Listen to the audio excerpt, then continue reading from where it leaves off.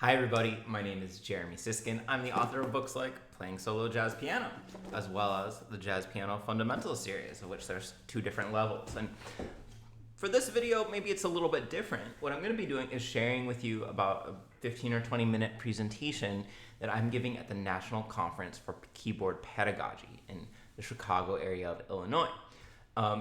Pedagogy means learning how to teach, right? So this presentation is geared towards piano teachers, but I bet for those of you who are studying to become a better pianist, you can gain something from this as well. So I hope you enjoy this presentation. It's called Aim Your Flashlight, Teaching Improvisation Through Shifting Focus. So imagine that you're in a dark forest. It's the middle of the night. I don't know how you got there. And you want to figure out what's going on around you. But you just have a single beam of a flashlight. Well, you can really only see in one direction at once. So how do you get a sense of where the bears are, where the wolves are, where the potential safety is, right? Well, you got to start moving this flashlight around. Go to the left, go to the right, go up, go down. And then eventually, you'll have this sense of what's around you.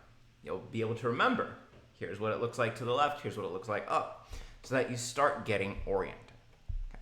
In the book, The Inner Game of Tennis, the author Timothy Gallwey says that focus is like this flashlight.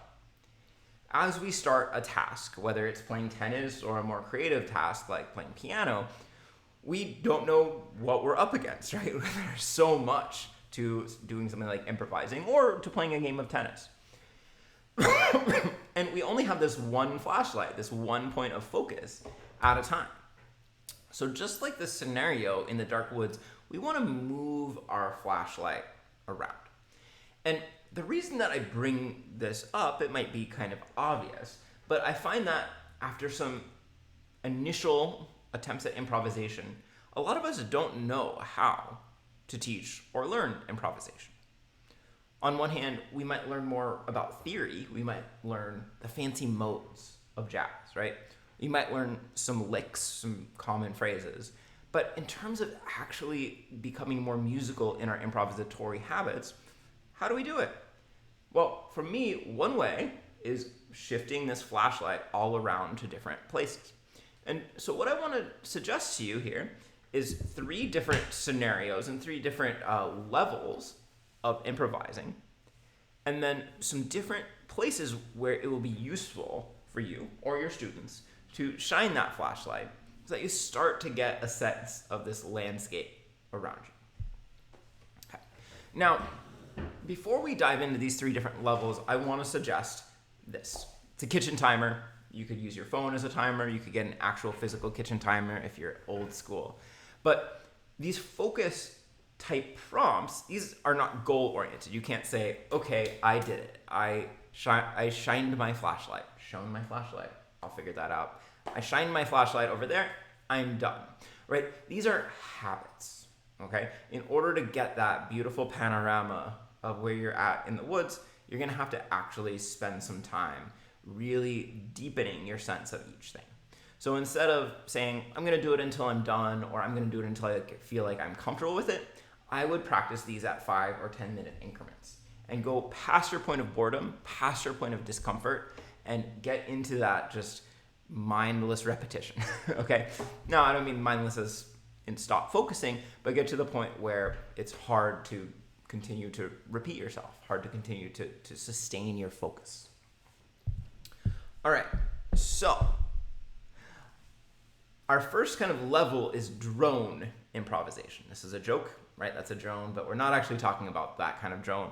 When we're talking about drone improvisation, we're talking about keeping one note or one really stable sound. I often suggest a low fifth in the left hand, and then we're gonna make melodies over this stable sound. This is a great place to start if you've never improvised. We don't need to start with changing chords or anything fancy, just a single sound. And it also is very legitimate in terms of musical tradition. A lot of the Carnatic musical traditions are focused on this drone improvisation. So what sorts of things can we prompt our students or ourselves to focus on as they're achieving this drone improvisation? So my first instruction is generally try to make melodies that you like. This is very open-ended, very broad, but it's a place to start. I'm not giving them any musical advice. There's not a specific technique. There's not a limitation. Just see if you can make melodies that you like. And I love to start here because it starts prompting a student to listen to themselves and have opinions about what might be a nice sounding melody or not. After that, I already kind of referenced this, but another prompt that I'll give is to make sure that you're listening to yourself. A lot of times I will start a student on a drone improvisation and they will just wiggle their fingers.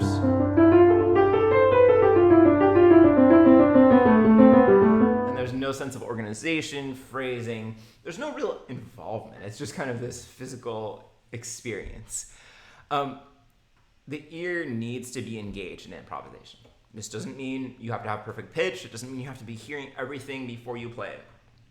A couple of specific pieces of advice I give to my newer students, newer at improvisation, is to react to a tense note by trying to resolve it. So if you're improvising and you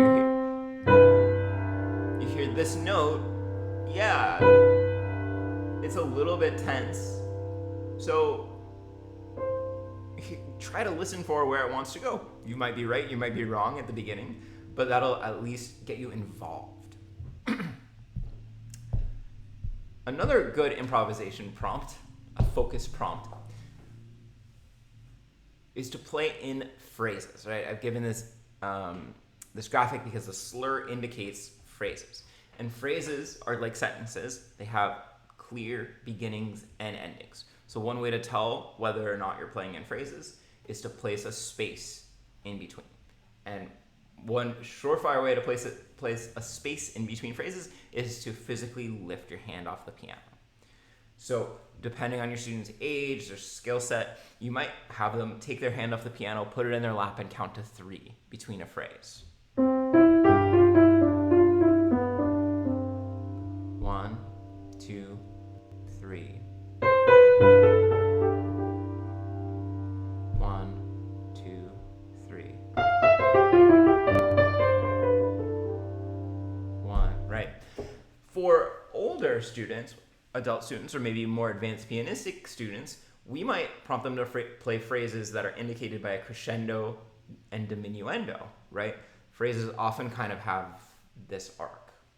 One teacher of mine said that Beethoven thought that when you're in a phrase, you should crescendo through 2/3 of the way and then decrescendo for 1/3. And that can be another way to indicate a phrase.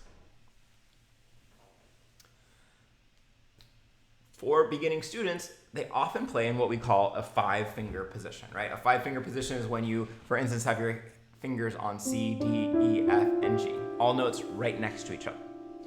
Guess what? When you have your fingers in this 5-finger position, you're very limited in terms of what kinds of melodies you can make, because all the melodies are going to be within that kind of scrunched position. So we want to prompt our students, give them the focus prompt of using larger intervals, which is going to correlate to spreading out their hand. Okay, so one good, really specific focus prompt would be to make sure they have an interval bigger than 1/5 in every phrase. So in order to do that, they're going to have to spread their hand out.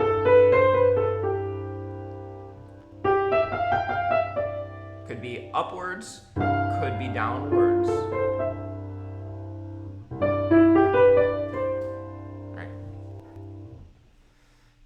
And you might notice that I use the word in every phrase, which prompts the other focus prompt of actually playing in phrases. And certainly as students get more advanced, you might want to prompt them to have more than one of these focus prompts in their mind. A few other prompts that I use with my beginning students on the upper left here is articulation, right? Most of us play legato as our standard articulation, but why not mix in some staccato or some 2-note slurs or some non-legato playing? That will really liven things up. Using grace notes can be really nice Or you could say more broadly ornaments. Can you use some trills, some mordents? And that's going to make your playing sound more Baroque. Or can you use kind of grace note slides in more of a jazz bluesy style?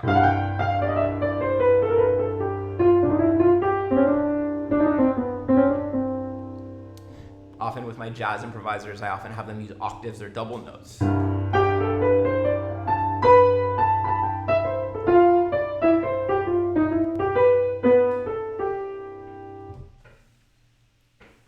And then on the right-hand side, this one's such a big category, but you could certainly use rhythmic prompts.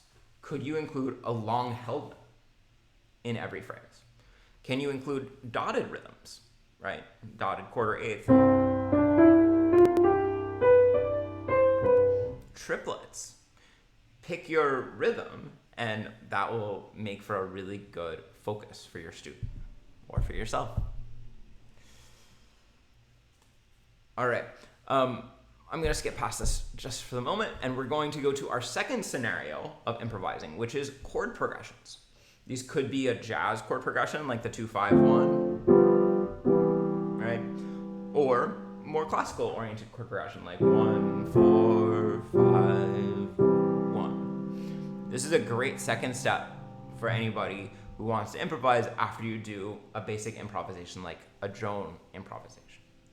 And because now we have some different content coming through, we can use some different focus prompts. Now, let me say, all the other focus prompts still apply. We still want to play in phrases. We still want to use a variety of intervals, etc., etc. However, we have some new opportunities. So the first thing would be to focus on the kinds of scales that you're using. And you could even focus playing in a scalar manner, meaning mostly using seconds going up and down the scale.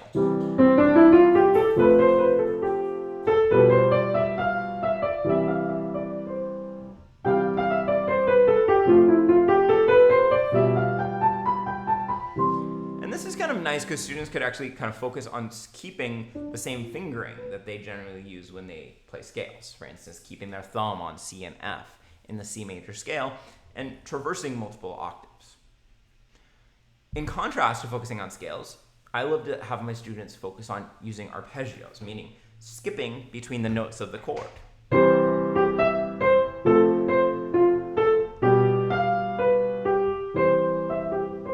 This is really nice for beginners because you can really match the right hand with the left hand chords.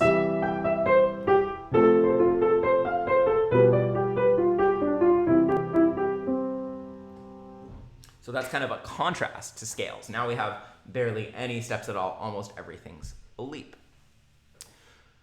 We can also coach our students to use different phrasing models because now we are playing in phrases rather than just one long drone. What I have here represents what's sometimes called the sentence phrasing model, where we would play kind of 2 equal parts, 2 shorter, and then 1 longer. So it might be, we could think of one of these shapes for each chord.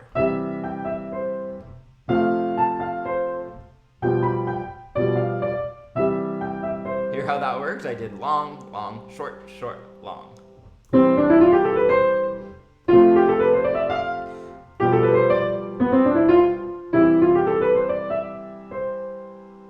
Do one more in this model.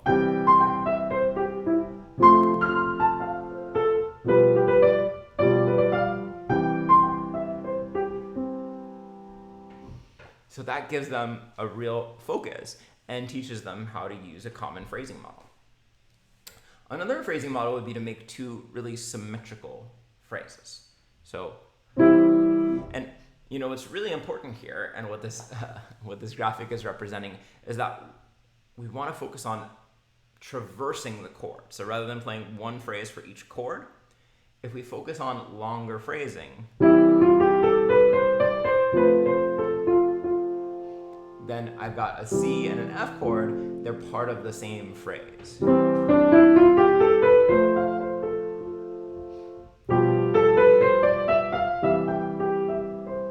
One more time.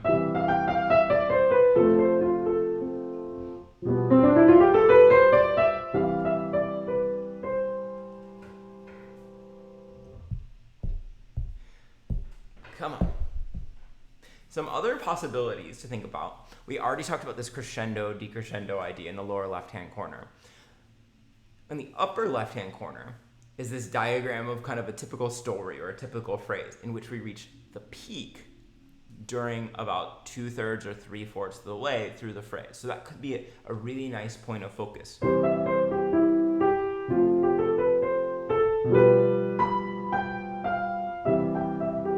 Right, where are you reaching your melodic climax?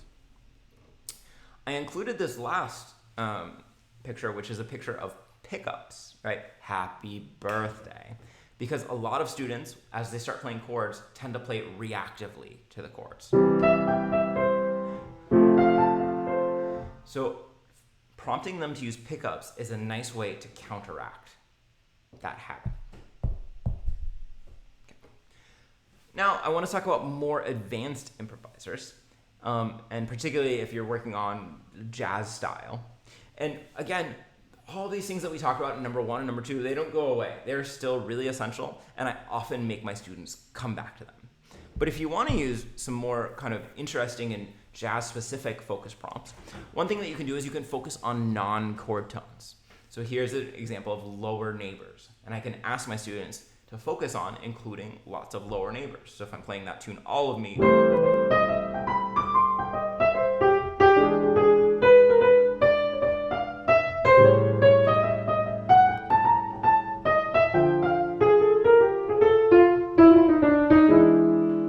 using lots of chromatic lower neighbors.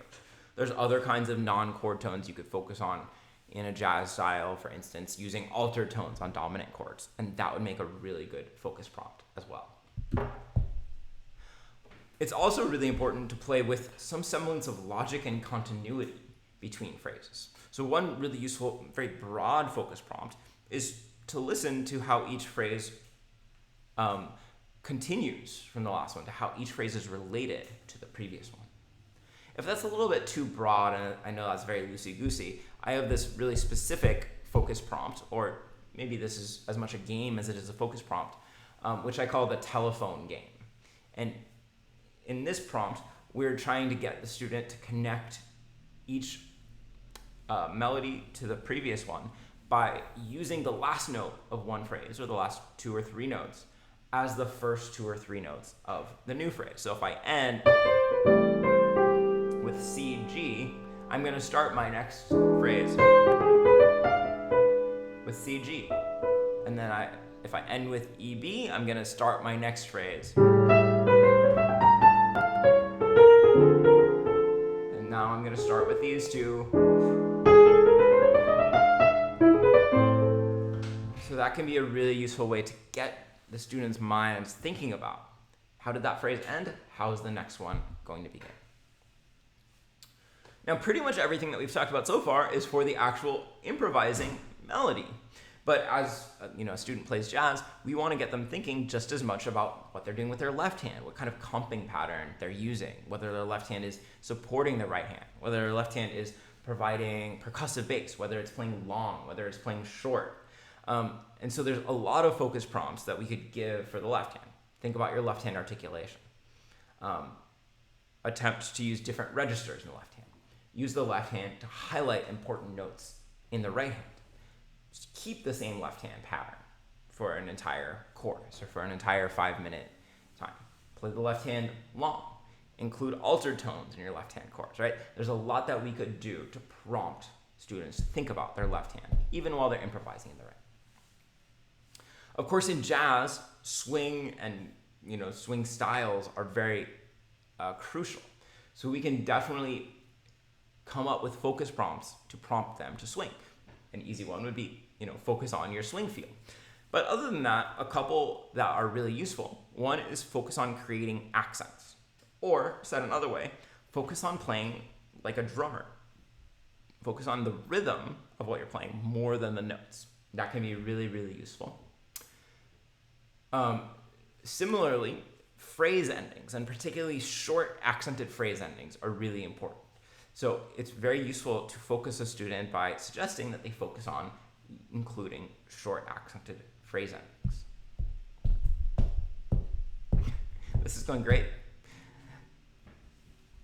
And I would be remiss if I didn't mention that emotion can be a focus prompt, right? We do this all the time if we're playing classical music. We say, well, what does this make you feel? What do you think this piece is about? In jazz, I think we do a pretty bad job of remembering to think about that ourselves as well as to focus on it in our students. So when there's a piece that, every piece has an emotion connected to it, but it's really useful to ask your student, how it feels to them or what kind of memory, what kind of image it evokes for them, and then try to have them tap into that. It's amazing the way that sort of thing can transform your playing or a student's playing. So, in conclusion, with these different focus prompts, we can illuminate what's around us, right? We might not be able to focus on each one all the time, like that beam of the flashlight can't focus, it can't shine everywhere all the time. But by consistently moving it around, we can get a really good view of what's around us. That's going to give us confidence, and it's going to improve our musicality as improvisers. So I hope that this was useful to you.